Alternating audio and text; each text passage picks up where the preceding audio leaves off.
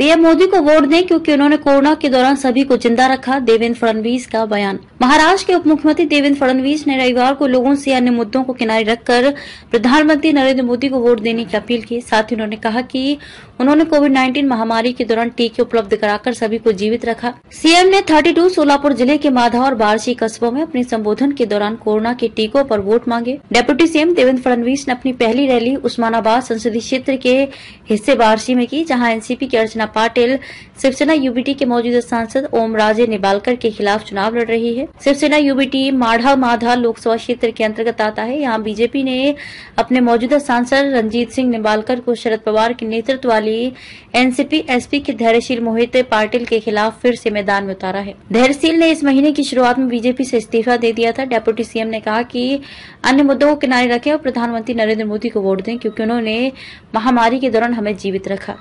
PM Modi के नेतृत्व में टीका बनाया गया। देवेंद्र फडणवीस ने आगे कहा कि पीएम मोदी ने पहल की और उनके नेतृत्व में भारत ने न केवल अपना टीका बनाया बल्कि अन्य देशों को भी इसकी आपूर्ति की। उन्होंने भारत के वैक्सीन मैत्री कार्यक्रम का जिक्र किया। इसके तहत कई देशों को एंटी कोविड जैब्स की आपूर्ति की गई थी। फडणवीस ने कहा कि मोदी के सत्ता में आने से पहले देश मजबूत स्थिति में नहीं था। पहले पाकिस्तान से लोग आसानी से यहाँ आ सकते थे और आतंकी हमले कर सकते थे।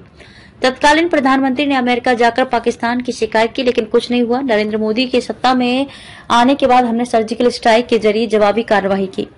आज पाकिस्तान हो रहा दिवालिया, देवेंद्र फडणवीस। उप मुख्यमंत्री ने कहा कि आज भारत समृद्ध हो रहा है जबकि पाकिस्तान दिवालियापन की ओर बढ़ रहा है। उन्होंने कहा कि जब शरद पवार ने विजय सिंह का राजनीतिक करियर लगभग समाप्त कर दिया था तब हम उनके पीछे खड़े थे।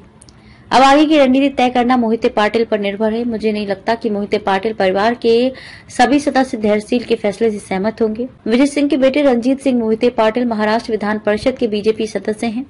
आम चुनाव के तीसरे चरण में 7 मई को माधा और उस्मानाबाद लोकसभा सीटों पर मतदान होगा। महाराष्ट्र की 48 लोकसभा सीटों पर आम चुनाव के 5 चरणों में 19 अप्रैल से 20 मई के बीच चुनाव होने हैं। वोटों की गिनती 4 जून को होगी।